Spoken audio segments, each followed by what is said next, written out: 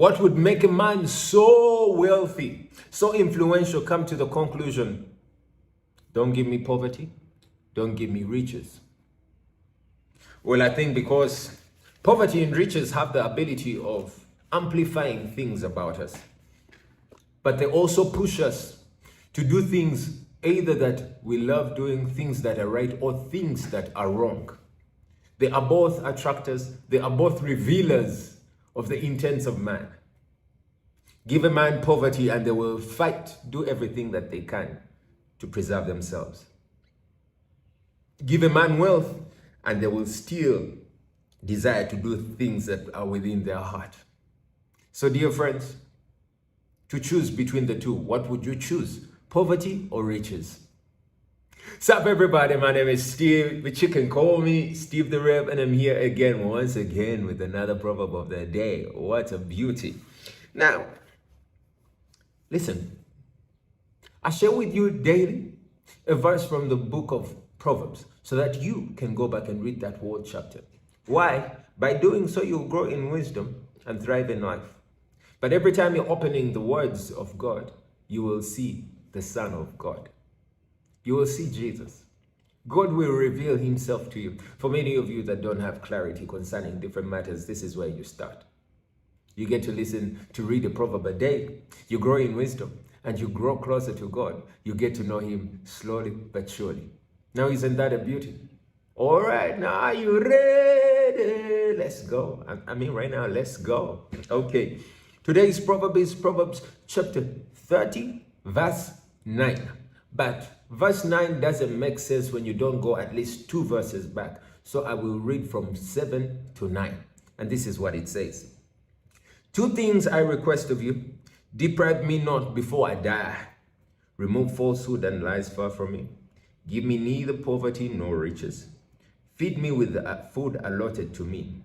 Why? Lest I be full and deny you and say, who is the Lord? Or lest I be poor and steal and profane the name of my God. So my point of focus is on verse 9, which says, lest I be full and deny you and say, who is the Lord? Or lest I be poor and steal and profane the name of my God. When I was reading this verse, I was taken aback. I was taken to many times of experienced people at their time of wealth and at their time of loss. The time of loss can humble you. It's so humbling. I mean, it makes you just feel like, oh my goodness. It makes you aware of your inefficiencies. It makes you aware of the things that you're not doing well. It makes your relationships harder. What is a relationship without giving? What is a relationship without money? It makes you dependent on people and God. Now, as good as that is, it's also not so good, because on the other hand, it can push you. It pushes you to the wall. I know when I was growing up, I made a very bad decision. Very, very bad when I was growing up as a young man. So my family was going through hard times.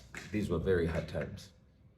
Imagine when you've come from being a family that has everyone go to the best schools in the land, and then within a flip of time, due to a bad financial decision along the way, you end up very broke, that even the school that you're going to, you're having free education. Like the owner of the school just decided, you know what, you guys, given the state of things concerning you, you guys just come and study from the school for free. No, that wasn't cool. Now, back in the day, my parents used to, my mom used to give us, we were 4 children, used to give us 200 shillings. And every one of us had 50 shillings. Now, 50 shillings was to provide you with the snack of the day. Back then, it would get you 3 sticks of cassava, 3 pieces of cassava, just about this long, 3 of them. So that would be your breakfast. Would be tidy if you get hungry. But one of the things I did during that time is I stole. I stole from one of my friends. You know, when you're broke, one of the things that you do when you're at school, hey, don't start getting funny on me now. When you're broke and you're at school, one of the things that you'll do is you will find ways of being friends with the people that seem to have an abundance with them. So I had one of his friends, and really I didn't get me that friend. It was really the grace of God. But I took the grace of God even at that time in vain. Amidst a lot of lack, I didn't have money, I was hungry. Do you know what I did? I stole money from my friend. What a shock. The guy that usually buys for me grab. The guy that usually shares his stuff with me. I took his money. Yeah, I will not take you through the details. I was soon found out. But that's what poverty does. It takes you to a place where you're below the standards of God, below the standards of what God intended or desired for you. You end up disgracing the name of the Lord. So, with that said, poverty is not good. It goes, I don't even need to tell you. Poverty will deprive you of a sense of identity. You will end up growing in a slum you don't want to be in, end up having children in a place where you don't want them, education in countries that you don't want to be, poverty. But also the poverty can be here, right here, between your head. So when that poverty permeates and goes to every area of your life, you're in trouble. I don't need to talk about poverty because many people are well acquainted with that. Most of the world is poor, not wealthy. But it doesn't mean that the grace of God has not been poured out for all. It has. But now let's switch it. In comes wealth. Wealth is such a revealer. It is an amplifier. It is like the Holy Spirit. It simply amplifies what is already there. You know, people say, oh, I will be a blessing to people when I have money. No. You've been stingy when you're broke. You're going to be stingy when you're wealthy. It reveals what is inside there. You've been wanting to sleep around with women when you're broke. Now you have money. Now you can afford it. Before you couldn't afford it. Now you have a lot of money. You can afford any girl. You are not excelling at school because, well, you didn't have money. Or you are not cutting school because you didn't have money. Now you have money.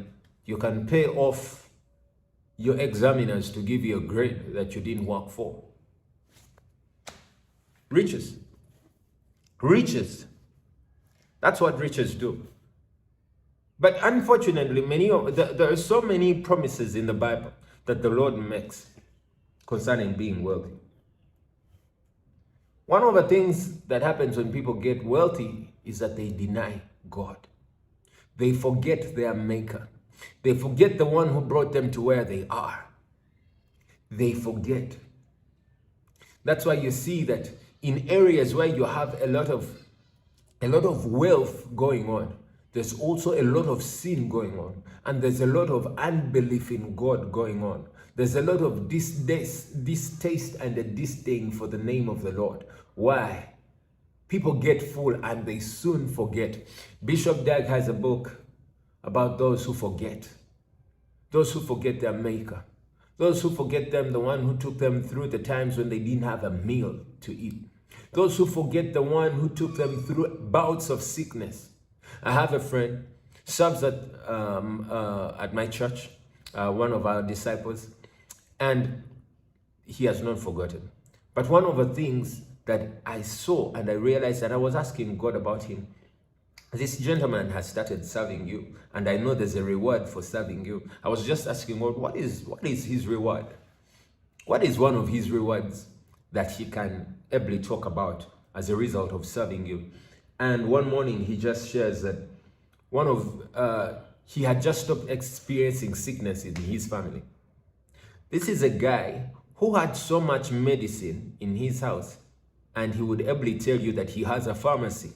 Because at any one point there was someone who is sick. It's a headache, a fever, an infection here, an infection there. He starts serving the Lord. And he goes 3 months without having to use the medicine.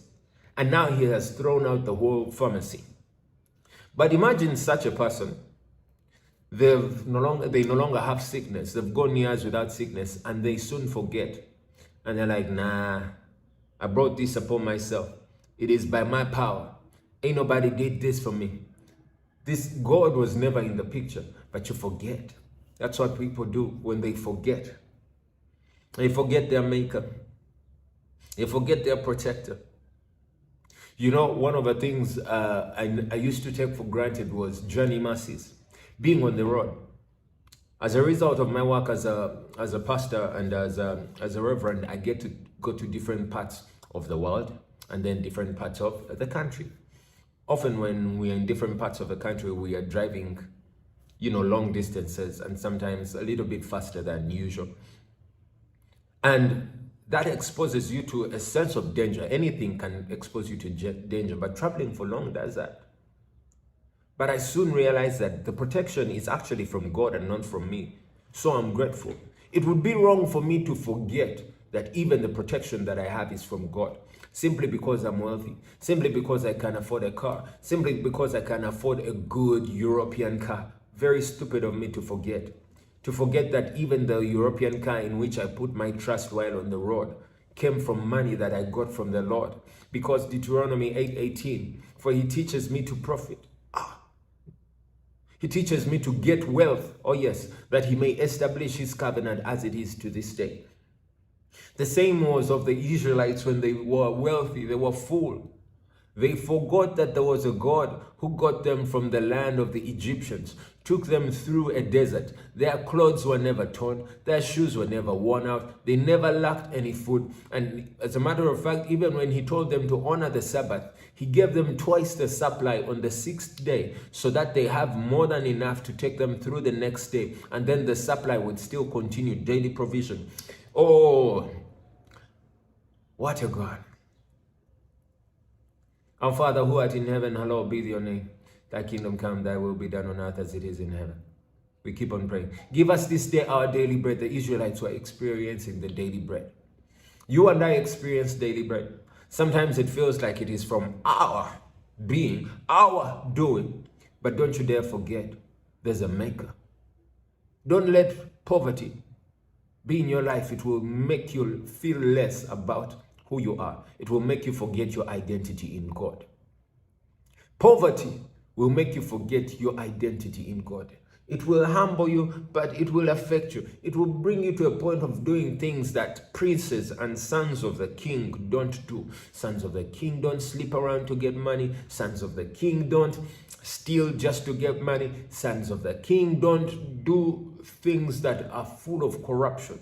They don't go to witch doctors. They don't look to moons and certain suns and stars for them to get their provision. All of those things have been created by God. But when poverty comes in and sneaks in, it will make you forget your identity. And then when God saves you from that poverty, then you're in the land of abundance. Woe betide thee that you forget who your maker is. The one who got you from the point of poverty, when you could have slept with anyone, and now you can afford to put a shelter over your head. You can afford to buy food. You can afford to have cheeks on your face. Now I need to tell you, I used to be really chubby when I was young, but I guess times have a way of doing things to us. But I can't forget. It doesn't mean I'm going through a broke season. No, boo. No, dear. I am well provided for. It's just that I've been consistent. I still thank the Lord, for his grace toward me has also been abundant, such that I don't put on weight. You will find the guys that I've been to school with will easily see me and know, yeah, I'm their guy. Why? God has been gracious to me. I don't think me having this consistent weight, while some people have to go to the gym to do this, is something that I've brought upon myself though. Don't let the fame get to you. Don't let people's praises get to you. Don't let anything make you forget your maker. Deuteronomy 8:12. Lest when you have eaten and are full, and have built beautiful houses and dwell in them. Don't forget when you've built that beautiful house. You're dwelling it and you're thinking, I did it. Come on, I did it, fool. Deuteronomy 8:14. When your heart is lifted up and you forget the Lord your God who brought you out of the land of Egypt. 17, then you say in your heart, my power and the might of my hand have gained me this world. Don't be damned. Nehemiah 25:26, so they ate and were filled and delighted themselves in your pleasures. Nevertheless, they were disobedient and rebelled against you. Wow. Those are the Israelites. When they had, Hosea 13:6, when they had pasture, they were filled. They were filled, and their heart was exalted. Therefore, they forgot me. That's God. And you shall remember the Lord your God, for it is he who gives you power to get wealth. Why? That he may establish his covenant as it is this day. May we be a people who are wise. May we never forget. I'm not saying, hey, forget, don't be poor, don't be rich, just be there in no man's land. The last bit I just read for you. And you shall remember the Lord your God, for it is he who gives you power to get wealth. Why? That he may establish his covenant, that he swore to your forefathers. You know, there are prayers that have been prayed by your parents. There are prayers that have been prayed by your grandparents. Don't let them be in vain, simply because you forget. There are people that prayed for you. There were hands that were laid on you. There were promises that were made to you. There were words that were spoken over you when dedications were made for you in the house of the Lord. Don't be the people that forget your maker. Don't be the person that forgets who your lover is. Your lover is the Lord. He is the one. Don't be swept away by the only little things that you have seen. There's more to God. There's more that you can get, but never forget your maker. Well, allow me to stop right there. People who forget, that's what we've seen with the West. The people who brought the gospel to Africa are now the people fighting against the gospel, to a point that you can't find the Bible in the schools. You can't find the Bible in public offices. You find that people disdain it.